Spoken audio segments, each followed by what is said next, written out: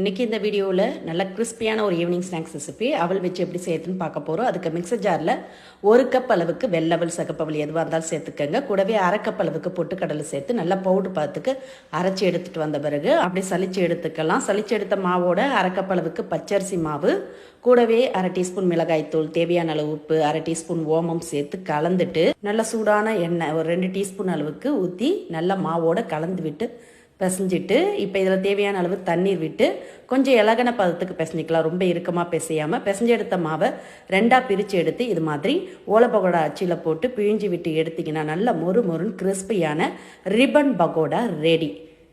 இப்போ மாவு எல்லாத்தையும் அதே மாதிரி பிழிஞ்சு எடுத்துகிட்டு இது மாதிரி வளக்கரண்டியில் 1/2 கப்பு வேர்க்கடலையும் பொரித்து எடுத்துட்டு அதே வளக்கரண்டியில் இடித்த பூண்டு கருவேப்பிலையும் பொரித்து எடுத்து சேர்த்து சாப்பிட்டிங்கன்னா இன்னும் சூப்பராக இருக்கும். இப்போ ரிப்பன் பகோடா எல்லாத்தையும் ஒரு பவுலில் மாற்றி நல்லா இது மாதிரி உடச்சி விட்டுக்கங்க.